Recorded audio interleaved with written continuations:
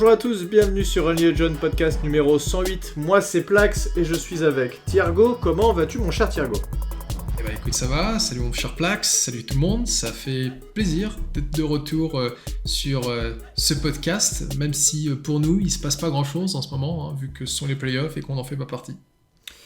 Oui, et on n'en fait pas partie, et aucune équipe de la NFCS n'en fait partie, donc ça va, on est tranquille, parce que je vois beaucoup de comptes qui sont là à suivre. De toute façon, une fois que t'en fais plus partie, tout ce qui te reste à faire, c'est d'espérer que tes adversaires directs ne gagnent pas le Super Bowl. Donc je vois tous les comptes FR qui sont là à essayer de jinx un peu tous les adversaires, c'est assez rigolo. Et on l'a fait nous-mêmes pendant une semaine, et ça a plutôt bien marché, puisqu'ils sont tous fait éliminer, donc tant mieux. On va aujourd'hui parler parce qu'on profite de cette intersaison, évidemment, on va pas s'arrêter... alors quand il y aura des périodes plus creuses, évidemment, il y aura peut-être pas des podcasts toutes les semaines, mais on va essayer en tout cas de suivre un petit rythme quand on pourra, et on va parler aujourd'hui de cette saison. On va faire un bilan global, sachant que les épisodes suivants seront plus dédiés, un sur l'attaque et un sur la défense, où on parlera vraiment de ces escouades, voir qu'est-ce que les joueurs ont donné. Là, on va essayer d'être un petit peu plus, de prendre un peu plus un regard global sur cette saison. Avant de commencer, Thiergo, si tu le veux bien, j'aimerais que l'on parle rapidement du Patreon. Je vous rappelle, le Patreon, c'est le moyen pour vous de soutenir ce que l'on fait sur le blog, ce que l'on fait sur le podcast, ce que l'on fait sur Twitter, etc. Comment on fait, Thiergo, pour soutenir Only a Giant Media ? Oui, parce que sachez que nous sommes une société anonyme bientôt cotée en bourse. En fait, on s'amuse par message parfois à s'imaginer des vies qui n'existent pas, où on aurait créé un truc gigantesque qui génère des millions de dollars. Ouais, je te laisse parler de ce Patreon. Putain, si un jour on arrive à générer 1 million avec ce truc, on invite tout le monde pour une énorme soirée. Enfin bon. Ah oui, c'est clair. Only a Giant Podcast a un Patreon. Ceux qui le connaissent déjà, je vous rappelle l'adresse patreon.com/onlyagiantpodcast. Mais si vous êtes nouveau au podcast, tout d'abord, bienvenue. Et sachez qu'en fait, il y a différentes manières de nous soutenir.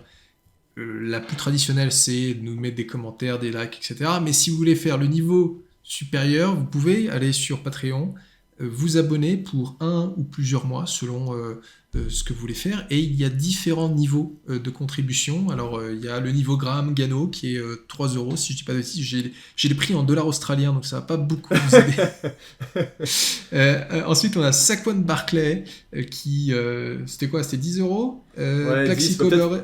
Il va peut-être falloir le changer, le Saquon Barkley, d'ailleurs. Voilà. Et puis après, on a Plaxico Burress et enfin le top niveau Eli Manning. Donc voilà, si vous voulez juste faire une contribution ponctuelle, vous vous abonnez 1 mois et puis vous arrêtez l'abonnement. Il y en a qui font des contributions sur plusieurs mois, et on en profite encore une fois pour remercier tous nos contributeurs Patreon qui nous aident beaucoup et qui en fait permettent au podcast d'être ce qu'il est aujourd'hui. Donc ça, c'est super. Voilà. Et si vous ne souhaitez pas participer, eh bien pas de problème, vous avez le droit d'écouter quand même. Donc voilà, vous pouvez mettre des likes, des pouces et des commentaires. C'est toujours cool de pouvoir échanger et ça nous fait plaisir. Alors, on va parler de cette saison. Il y a évidemment, on va essayer de faire un petit retour sur l'ensemble des matchs et voir à partir de quand ça a commencé à partir en couille, si je peux m'exprimer ainsi, puisque globalement on a eu un début de saison très difficile. Ça a été mieux en fin de saison, c'est quand même une généralité sur ce qu'on a pu voir cette saison. Globalement, hein, tu vas nous parler un peu plus des matchs, mais moi je me souviens que en gros, à partir du premier drive, c'est parti en sucette. Drive qui se passait bien contre les Cowboys, et c'est ce que Josh Allen a dit d'ailleurs en conférence de presse. Il dit on a eu un bon drive, il y a eu un faux départ de Andrew Thomas, et à partir de là, catastrophe pendant plusieurs matchs. Exactement. Je te laisse aller nous raconter un peu comment s'est passée cette saison, avec un début de saison difficile et une fin de saison un petit peu meilleure. Écoute, pour moi justement cette saison c'est un peu comme une pièce de théâtre. C'est 3 actes. Il y a eu le premier acte, et si vous vous rappelez de vos cours de français, en seconde ou en première, il me semble, où on te parle de la structure d'une pièce de théâtre. T'as le premier acte où on met en place le scénario et l'événement catastrophique. Sauf que nous, l'événement catastrophique, il est arrivé dès la fin du premier drive, et on a commencé la saison par un 1-5, un Daniel Jones qui s'était blessé contre les Dolphins, donc qui jouait pas. C'était absolument horrible, et heureusement, on a eu les Commanders pour nous relancer sur une deuxième victoire de la saison. On a reperdu Daniel Jones quelques semaines plus tard contre les Raiders. On a eu la Devitomania, donc ça c'est l'acte 2. Et la Devitomania, c'était très cool pendant un moment, surtout face aux Commanders, aux Patriots, et puis la petite upset contre les Packers. Et c'était terminé avec les Saints. Là, on a mis Tyrod Taylor. Et Tyrod Taylor nous a fait la fin de saison avec une équipe qui était globalement en plutôt bonne santé par rapport au début de saison où on a eu de gros problèmes de blessures. Et en fait, on a commencé à voir justement une équipe qui était plus productive. Donc, on a terminé la saison avec un bilan de 6-11 qui, je dois dire, n'est pas si loin que ce qu'on avait prévu. On s'était dit, ouais, peut-être qu'on aura un 8-9, quelque chose comme ça. Sauf qu'on ne s'attendait pas du tout à ce que ça soit aussi catastrophique que ça en début de saison. Qu'est-ce que t'en penses, toi ? Je suis complètement d'accord. Je me suis noté une petite chose quand même, et ça c'est ce qu'on avait évoqué, c'est que il fallait pas grand-chose pour que cette saison soit bien plus positive, au moins dans nos têtes. On a eu 2 matchs que l'on aurait dû gagner. Les Bills, aussi improbable que ça puisse paraître, on aurait dû gagner, puisqu'il y a eu... c'est un match très serré qui s'est fini à 14-9. On était sur une série de 3 défaites consécutives, c'était la 4e de suite, et on aurait pu marquer, on aurait peut-être dû marquer d'ailleurs, ou au moins avoir des chances supplémentaires de marquer, puisqu'il y a une faute qui n'a pas été sifflée sur Darren Waller. Donc voilà, ce match, pour moi, on aurait dû le gagner, ça aurait sûrement changé des choses. Et contre les Jets, c'est pareil, les Jets, on les domine jusqu'à ce qu'il se passe des événements complètement improbables, que la fameuse histoire du ballon que le joueur replace lui-même, etc. etc. Enfin bref, des passes complétées de folie de leur QB qui finalement n'a pas donné grand-chose. Gano qui tire blessé. Voilà, bref, il s'est passé beaucoup de choses dans ce match-là, qu'on perd 13-10, qu'on aurait... Alors c'était encore pas folichon, 13-10, c'est un peu... Voilà, de toute façon, sur tout ce début de saison, on marque très peu de points. Si je regarde les matchs contre les 49ers, c'est 12, Seahawks c'est 3, après c'est 16, après c'est 9, après c'est 7, après c'est 10, 6 après... Enfin c'est terrible, c'est au niveau offensif, allez, 1, 2, 3, 4, 5, 6, 7, 8, 9, 10 premiers matchs, ça a été vraiment catastrophique. Jusqu'à encore, on rencontre les Commanders, à chaque fois ils sont là, ces bons vieux Commanders, pour nous aider à redresser la tête. Tout ce que je veux dire, c'est qu'on est à 6-11. Si on gagne ces 2 matchs-là, sachant qu'il y a aussi les matchs de fin de saison, puisque tu l'as dit, quand Tyrod Taylor a joué sur les Eagles, les Rams et de nouveau les Eagles, eh bien ça a été très serré, 33-25, 26-25, et finalement battre les Eagles 27-10. Mais il y avait moyen en fait qu'on soit plus à un 8-9 ou même un 9-8. Et c'est là où je pense qu'on finit à 8-9. On dit pas que la saison a été catastrophique comme on a tendance à le dire avec un 6-11. Je sais pas ce que t'en penses toi, mais ça s'est joué à peu de choses. Et l'année dernière, j'ai l'impression que ces matchs-là, on les gagnait quand il y avait vraiment ce petit momentum qui nous faisait switcher un peu le match et qui nous faisait gagner en fin de match. On n'a pas réussi cette année à faire ça, et ces matchs-là, on les a pas gagnés alors que l'an dernier, on les gagnait. Donc on aurait pu très largement être à 8-9 ou 9-8.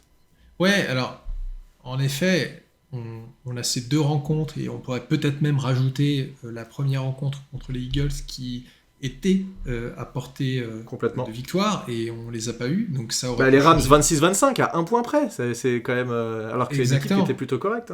Mais tu vois, admettons qu'on remporte 2-3 matchs de plus, donc on est à 9 victoires. Si on est à 9 victoires avec la branlée des Cowboys au premier match, la branlée en début de match contre les Cardinals avec le comeback, les 49ers qui nous pouillavent, les Raiders qui nous pouillavent, les Cowboys qui nous pouillavent encore. Les Seahawks aussi, ils nous ont mis cher. Exactement. Je t'avoue que j'aurais terminé la saison en disant ouais, c'est cool, on a la victoire, mais je suis pas serein. Je suis pas du tout serein. Et peut-être que finalement, ce bilan catastrophique, il aurait pu être bien pire que ça. C'est peut-être, comme disent les Américains, a blessing in disguise, dans le sens où ça nous fait nous rendre compte que on a encore beaucoup de travail à faire. Et d'ailleurs, certains pensent qu'il y avait des défauts de la saison dernière qui ont été un peu ignorés par tout le monde parce qu'on avait gagné, parce qu'on avait réussi à gagner un match contre une équipe de play-off et qu'on était sorti seulement en 2e tour. Là, on est face à la réalité. Ces Giants ne sont pas encore une équipe capable d'aller au Super Bowl. Ah bah non, ça c'est clair, il n'y a pas de doute là-dessus. Mais oui, donc ce bilan qui effectivement est plutôt négatif. Et ce que je trouve positif, moi, c'est que l'équipe a pas lâché. Alors on a eu un parcours en fait qui est tout à fait inverse de ce que les Eagles ont connu. Les Eagles ils commencent à 10-1 et puis d'un coup patatras, ils perdent contre les 49ers, ils perdent contre les Cowboys. Enfin je dis ils perdent, ils se font déglinguer par les 49ers, ils se font déglinguer par les Cowboys.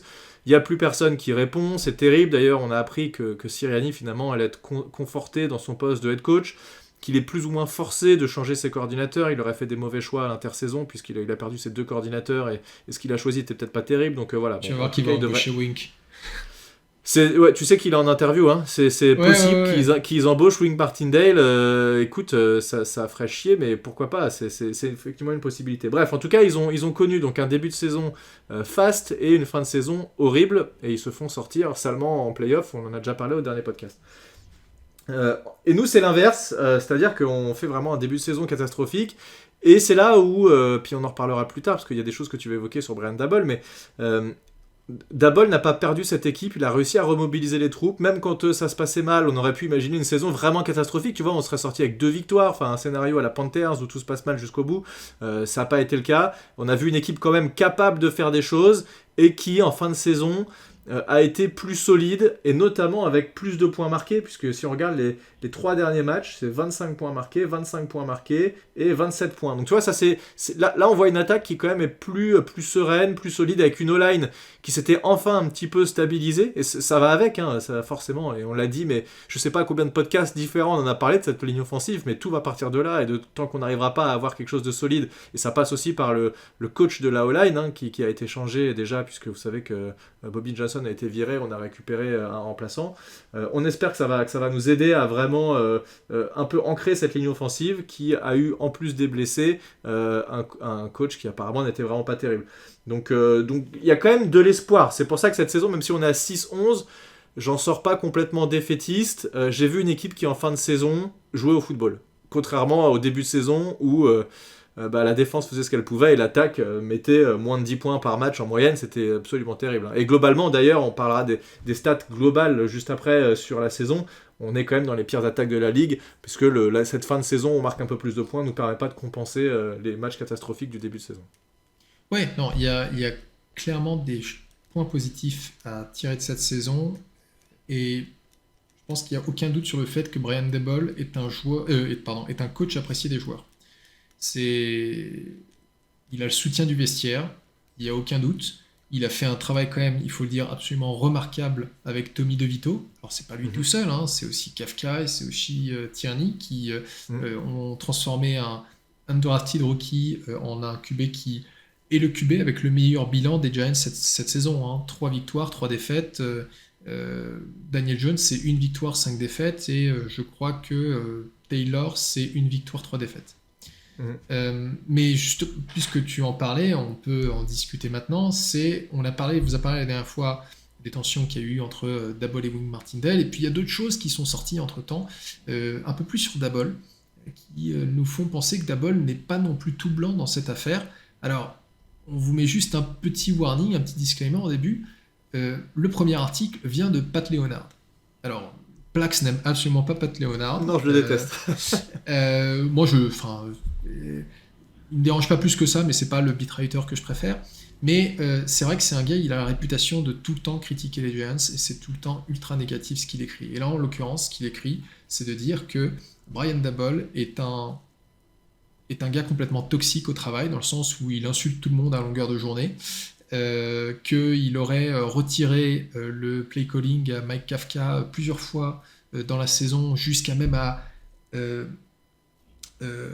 mener, enfin tu sais, aller dans les meetings offensifs et de dire c'est moi qui vais mener le meeting offensif à ta place. Donc en gros il a complètement sapé l'autorité de Kafka et potentiellement sa confiance. Brian Daboll est vu comme étant quelqu'un de très impulsif qui en gros pendant les rencontres va complètement changer d'avis alors qu'il s'était mis d'accord sur un certain plan de jeu pendant la saison, quoi. Enfin, pendant la semaine qui précède le match. Donc ça, c'est ce que nous dit Pat Leonard, et quand tu vois ça, tu dis ouais, pas terrible.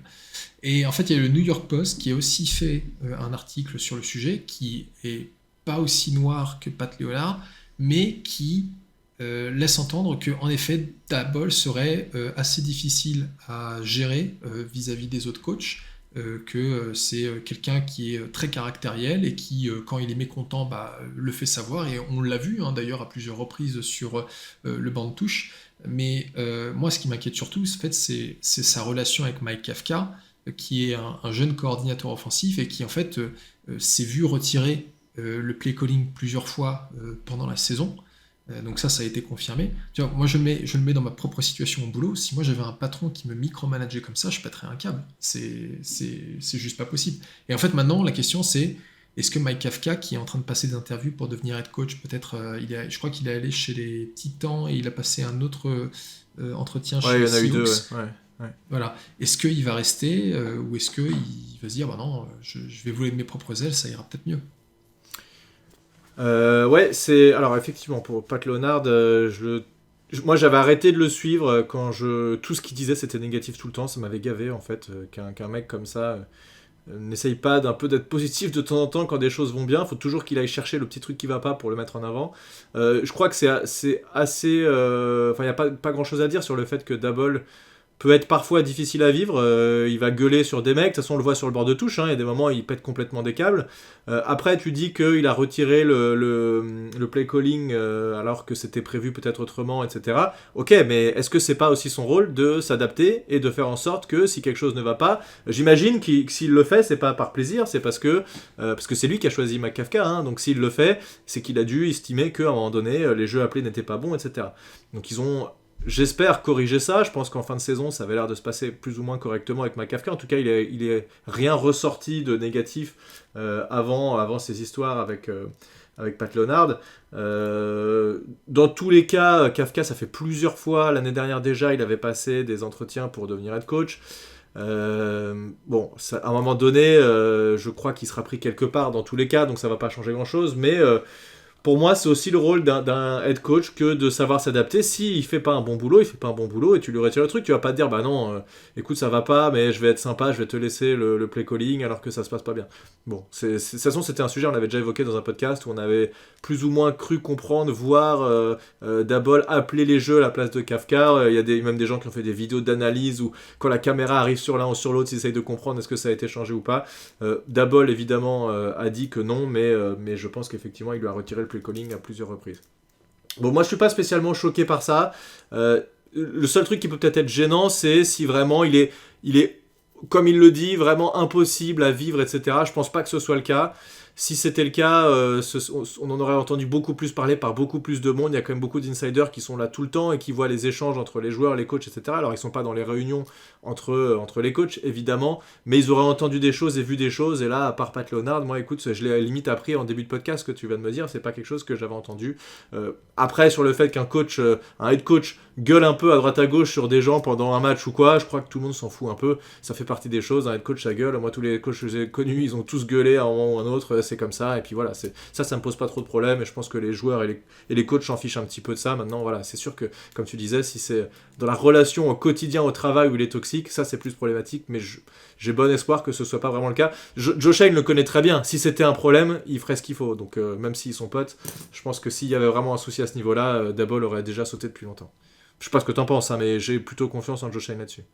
Oui, bah justement, comme tu parles de Joe Shane, l'affaire était suffisamment importante pour que pendant quelques matchs, il décide d'écouter les communications des coachs pendant la saison. Alors, rien ne laisse paraître du côté de Joe Shane, hein, il a une très bonne poker face, mais mon point, c'est de dire, c'est que même si on sait que c'est Pat Leonard, que le type est extrêmement négatif, l'affaire était suffisamment importante pour que d'autres beatwriters reprennent cette affaire et apportent un peu leur version, pas pour contredire Pat Leonard, mais juste pour mettre un peu d'eau dans le vin, en disant, bon, c'est pas aussi noir que ce que Pat Leonard dit, mais c'est vrai que Brian Daboll est quelqu'un de caractériel et peut être un peu difficile pour les coachs.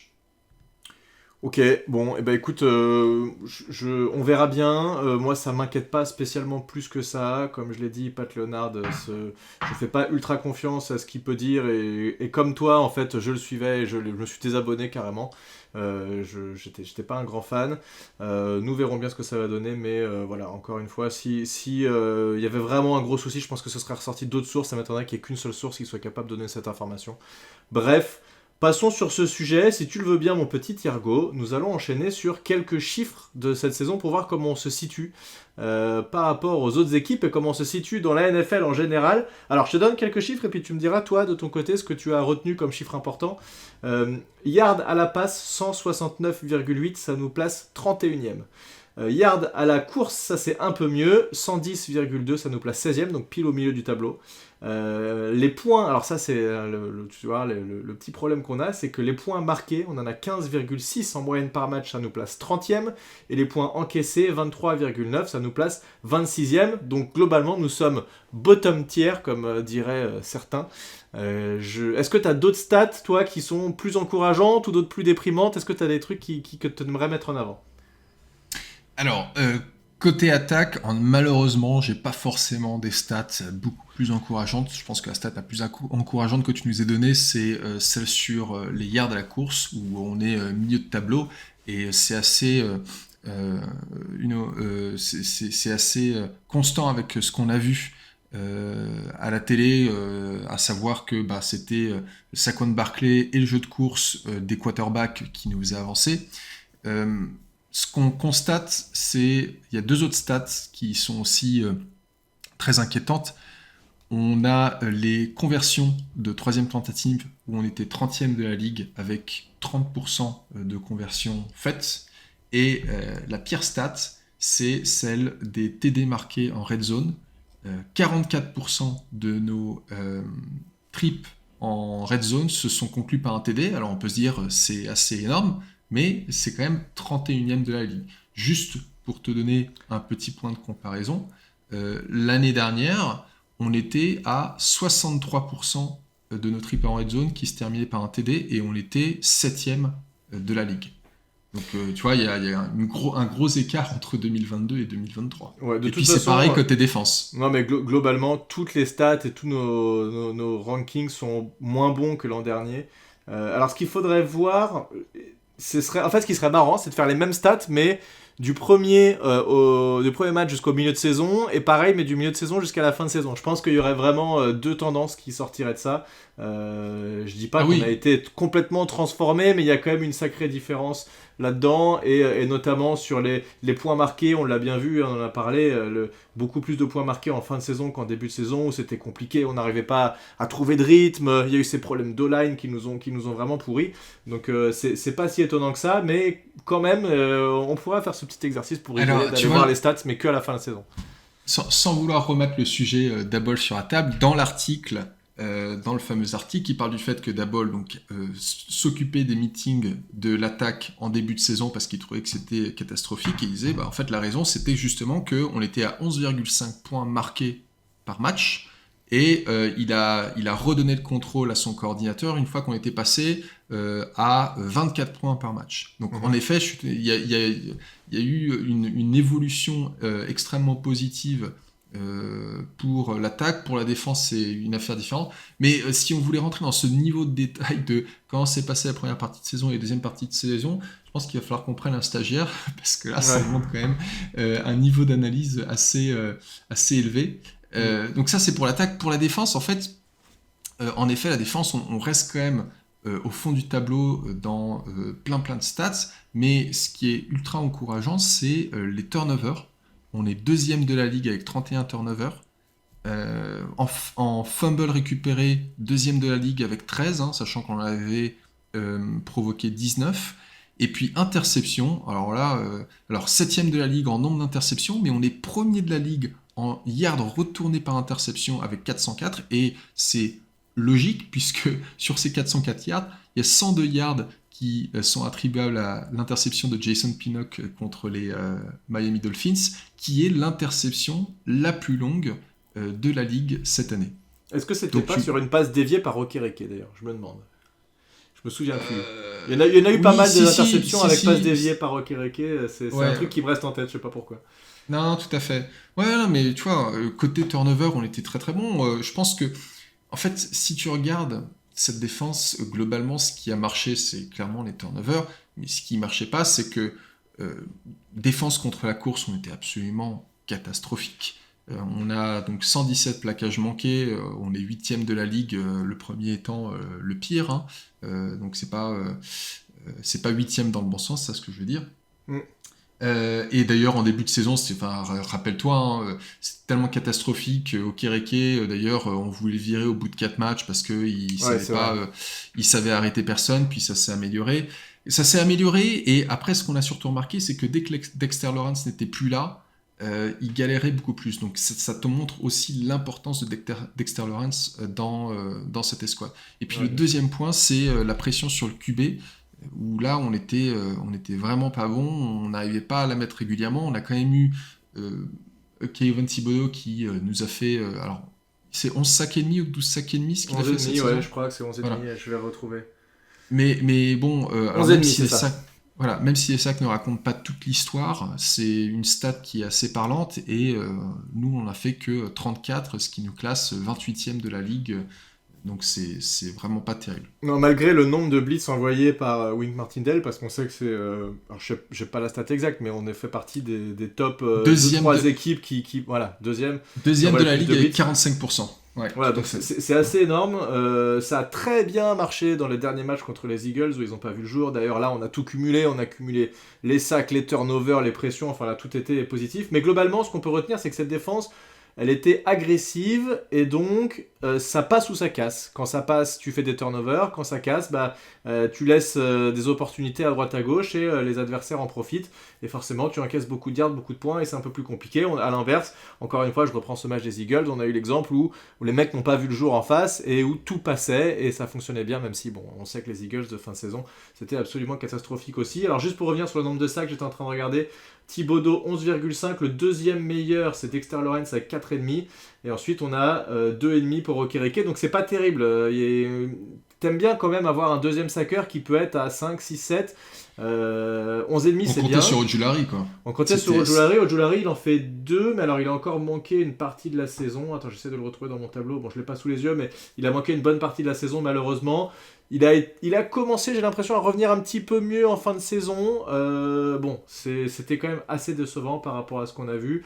Moi, ce que je retiens aussi, c'est le pourcentage de plaquages manqués. Il y en a eu beaucoup, surtout en début de saison, où ça a été très problématique. Et même des joueurs qui ont été excellents, comme Micah McFadden, qui a eu plusieurs fois des notes PFF vraiment excellentes et qui a... Tu te rappelles, à un moment, on était aux anges, on se disait, putain, cette doublette de inside linebacker, c'est vraiment des monstres. Mais en fait, on se rend compte que Micah McFadden, il a été assez irrégulier et il finit la saison avec 17,9% de plaquages ratés. C'est quand même assez énorme, là où Okereke, qu'on critiquait plutôt en début de saison, et finalement il a été vraiment bon. Il fait que 7,5% de plaquages ratés pour un total de 149 plaquages sur la saison. C'est bien évidemment notre meilleur plaqueur. Donc voilà, il y a quand même des lacunes assez évidentes dans cette défense et peut-être que c'est ça aussi que critiquait Daboll, c'est que c'était un peu trop... Enfin voilà, il y avait cette volonté de Martindale de dominer l'attaque, mais c'était peut-être un peu trop téléguidé, on va dire, où la défense, l'attaque adverse savait exactement à quoi s'attendre. Donc il y a peut-être aussi des choses qui n'allaient pas à ce niveau-là et qui a pu entraîner des problèmes entre Daboll et Martindale. Oui, non, clairement. Et ce qu'on voit cette saison, hein, c'est que il y a beaucoup de domaines où on doit s'améliorer. Je suis très curieux de savoir qui sera notre prochain coordinateur défensif. Tu sais si on en a interviewé certains ou pas? Pour l'instant, c'était qui? J'ai pas suivi. Est-ce qu'il y a eu des interviews de coordinateurs défensifs? Écoute, pas que je sache. Je crois qu'il y avait des rumeurs qui disaient que Brian Daboll allait retenter Patrick Graham, qui est chez les Raiders, parce que rappelle-toi que quand Daboll est arrivé, il voulait garder Graham, mais Graham ne voulait pas rester. Sauf que les Raiders viennent d'annoncer que Antonio Pierce est confirmé comme head coach, et il est possible qu'Antonio Pierce veuille garder Graham aussi. Hein, bien sûr, c'est clair. Ce serait assez logique. D'ailleurs, bravo à Antonio Pierce, c'est très cool qu'il soit... Ouais, c'est une super nouvelle. Enfin, je me suis jamais autant passionné pour un head coach d'une autre équipe. Parce qu'on l'a kiffé, hein. C'est le dernier vrai middle linebacker qu'on a eu depuis Okereke, qui on l'espère durera plus qu'une saison. Ouais. Bon, ouais. Non, c'est clair. Qu'est-ce que tu penserais d'un Steve Spagnuolo? Ce serait cool ça, non? Je sais pas si... Quel âge il a lui maintenant? Spagnuolo, il doit avoir fin de quarantaine, début de cinquantaine, il est chez les Chiefs. Oh là là, t'es gentil, il a 64 ans. Tu le vois Sérieux ? trop jeune. Ouais, 64 piges. Ah, il est si vieux que ça. Je le vois pas forcément quitter les Chiefs. Ça se passe Non, bien sûr que non, mais attends, de toute façon, les coordinateurs, t'as deux possibilités. Soit tu vas choper des coordinateurs qui sont déjà coordinateurs ailleurs. Là, j'imagine que la seule motivation que tu peux avoir, c'est de lui donner plus d'argent que ce qu'il a déjà, ou alors peut-être déménager dans une ville qui peut plus l'intéresser, j'en sais rien. Ou sinon, tu vas chercher un coach linebacker, un coach, voilà, ce que tu veux, QB qui pourrait devenir un coordinateur offensif, ce genre de choses, comme ça a été le cas avec Mike Kafka. Je suis quand même assez pressé qu'on ait ces noms-là, parce que ça peut... peut-être orienter aussi un peu la manière dont on va drafter, la free agency, donc faut pas non plus trop attendre, je pense. Ouais, alors il y a des rumeurs qui parlent aussi de notre coach DDB comme étant quelqu'un qui pourrait être promu coordinateur. Ah, il est excellent, tout à fait. Très apprécié des joueurs aussi. Donc il y avait des rumeurs sur Leslie Fraser, qui avait travaillé avec Brian Daboll chez les Bills. Mais ce qu'on a vu, c'est que toutes les... certains des coachs que Brian Daboll a ramenés des Bills en arrivant chez les Giants, c'était pas forcément une réussite. Ligne offensive, ça en fait partie. Et puis, qui d'autre Derrick Ashley des Los Angeles Chargers. Qui est coordinateur défensif des Chargers. Ouais. Et ils ont pas été juste ultra nuls en défense, les Chargers, cette année Je sais pas, j'ai pas suivi exactement tout ce qu'ils ont fait. Les Giants ont demandé la permission de lui parler. D'ailleurs, je sais pas si t'as suivi, mais il y a eu plein de coachs, on a demandé des permissions et ça nous a été refusé. Genre les Falcons, ils ont autorisé personne, on a demandé plusieurs fois. Qu'est-ce qu'ils nous font chier les Falcons là ? C'est quoi cette histoire ? On en parlait la dernière fois, c'était pour le coach des Special Teams. Mais bon, ce qui est bizarre surtout, c'est qu'en fait, c'est refuser des interviews alors que tu viens de virer ton head coach.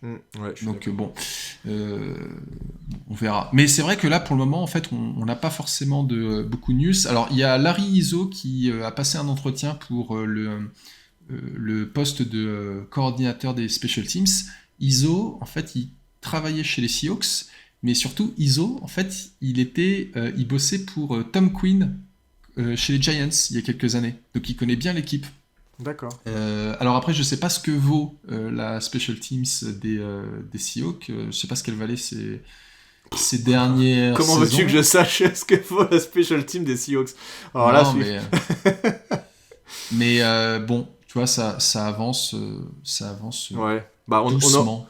On aura l'occasion de toute façon d'en reparler dans les épisodes suivants. Donc là, c'était le but de cet épisode était de faire un bilan global et de se dire que bah oui, cette saison, effectivement, statistiquement, c'est plutôt pas terrible du tout, que le début de saison a vraiment été mauvais et que il y a quand même eu une équipe qui n'a pas lâché et qui a réussi à remonter le niveau et qui donne des motifs d'espoir pour l'année prochaine.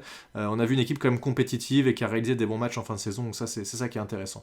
On fera un bilan plus joueur par joueur, enfin escouade par escouade, et en allant plus dans le détail des joueurs, parce que là on a quand même très peu parlé des joueurs, on a donné quelques stats mais c'était assez léger, et donc on fera évidemment l'attaque et on fera également la défense dans les semaines qui viennent, et on parlera bien sûr de toutes les actualités puisqu'il risque de se passer beaucoup de choses dans les semaines qui viennent, avec évidemment des nouveaux coachs qui devraient signer, donc on fera évidemment le point sur tout ça. Et puis voilà, est-ce qu'il y a autre chose que tu voulais rajouter, Thiergo, avant qu'on rende l'antenne ? Non, on a fait le tour de la question, et puis moi j'ai hâte qu'on fasse justement ces épisodes sur les joueurs. C'est toujours super intéressant de discuter de qui a bien joué, au contraire, qui nous a un peu déçus. Il y aura plein de choses à raconter. Qu'est-ce qui te motive le plus dans les semaines qui viennent ? Les signatures des coachs, la free agency, la draft, c'est quoi le truc qui te met un peu de piment là ? Parce que c'est vrai que l'intersaison c'est toujours un peu compliqué, c'est quand même assez long. Ah bah tu l'as dit, savoir qui va être notre coordinateur défensif, c'est numéro 1. Donc réglons les coachs dès que possible. Et je pense qu'en fait, plus on va se rapprocher de la fin du Super Bowl, et plus on aura de visibilité, parce qu'il y a des coachs qui aujourd'hui sont encore bien occupés. Et puis après, dès que ça se sera réglé, la partie la plus sympa pour moi de l'intersaison, c'est naturellement la draft, mais on a la free agency juste avant. Donc que les auditeurs soient rassurés, on va pas vous lâcher pendant plusieurs mois, au contraire, je pense qu'on va se parler assez régulièrement. Ouais, tout à fait. Et bien voilà. Et bien merci Thiergo.